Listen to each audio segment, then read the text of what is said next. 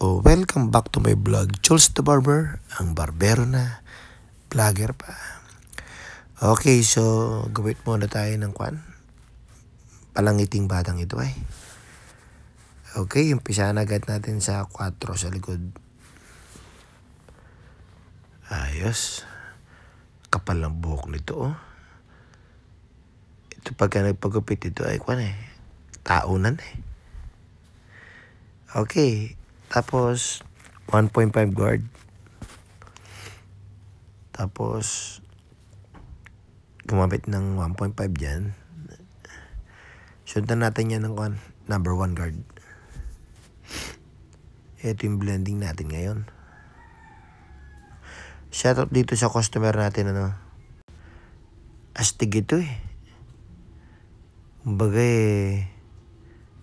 magaling ito magtago. Hindi mo basta-basta makikita ito. Okay, clipper overcome tayo tapos line up agad tayo dito sa temple. Ang gupit natin dito burst speed Okay. Tapos ay gamit tayo ng 2299 kmi natin ulit. Sulit talaga ito. Sobrang talim. Okay, tapos 0.5 tayo, close.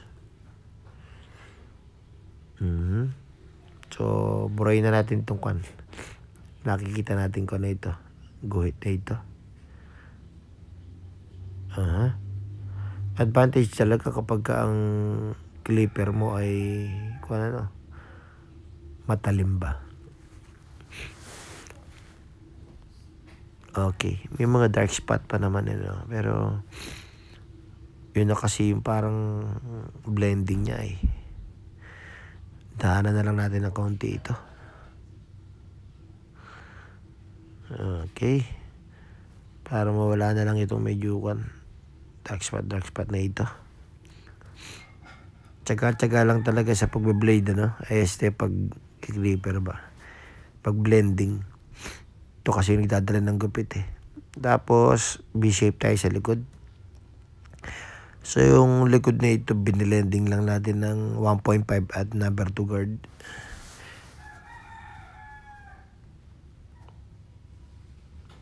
Okay.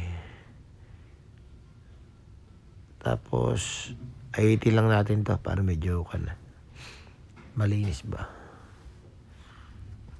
Tapos bawasan natin ng konti yung bangs para mukhang nagupitan naman. Okay. Bawa tayo ng bangs dito. Okay. Okay. Mukhang bagay naman sa kanya mukhang bagay kay Pogi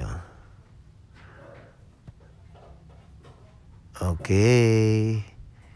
Puro ko okay Ayun So pinadaan ko lang ng tining scissor ito para medyo nipis ng konti. Ayaw na masyado manipis itong sito eh. Ayun may sa dila yung pata na ito para itong palos eh. May ilig sa dila.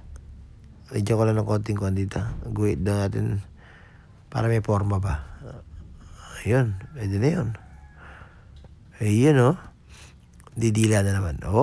Ay talaga sa dila yung bata na ito para siyang palos may kintat pa. Bagay. Don't forget to follow and likes. Thank you Lord. Pa-share na rin.